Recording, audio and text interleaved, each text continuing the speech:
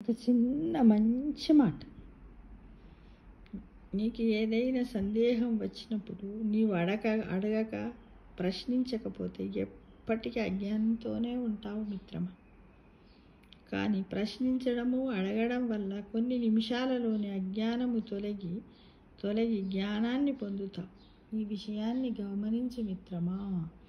ఏదైనా డౌట్ వచ్చినా, ఎవరన్నా మనని అవమానపరిచినా, ఏంటి అసలు ఇలా ఎందుకు చేస్తున్నా, నేను ఏం చేశాను అనేది అప్పటిదప్పుడే నిర్ధారణ చేసుకొని ప్రశాంతంగా ఉండి తెలియని విషయాలను తెలుసుకోవడానికి ప్రయత్నం చేయడంలో తప్పేమీ లేదు. మనం ఎలాంటి పొరపాట్లు కూడా చేయడం లేదు. కాబట్టి మనకు ఎన్నో విషయాలు తెలియకుండా ఉంటాయి.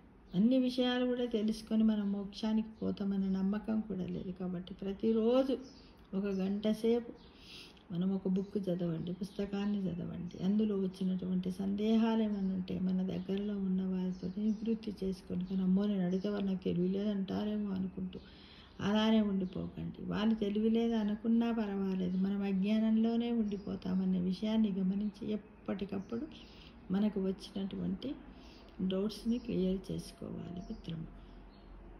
అదే మన నిజమైనటువంటి జ్ఞానం అని నమ్మండి మిత్రమా.